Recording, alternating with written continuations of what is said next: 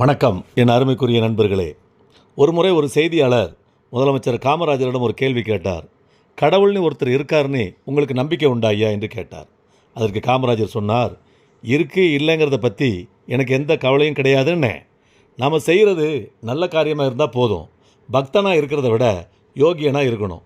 அயோக்கியத்தனம் 1000 பண்ணிக்கிட்டு கோயிலுக்கு கும்பாபிஷம் பண்ணிட்டா சரியாக போச்சான்னு என்றார். மேலும் கடவுளை நினச்சி காரியங்கள் செய்தால் நன்மையில் முடியும் என்று சொல்கிறார்கள். அது பற்றி எனக்கு தெரியாது.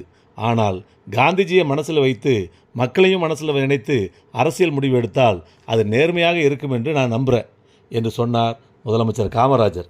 இப்போ இருக்க அரசியல்வாதிகளை பாருங்கள், ரேடியோவில் பேசி நாட்டை ஆள்றாங்க, டிவியில் பேசி நாட்டை ஆள்றாங்க, சோசியல் மீடியாவில் பேசி நாட்டை ஆள்றாங்க, பத்திரிகையில் அறிக்கை விட்டும் நாட்டை ஆளுகிறாங்க.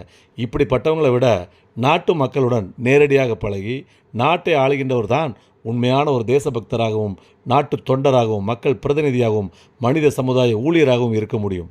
எனவே இதை வைத்து பார்த்தால் காமராஜருக்கு இணையாக இன்று வரை எவரையுமே சொல்ல முடியாது. இனிமேலும் எவரும் வருவாரோ இல்லையோ தெரியாது.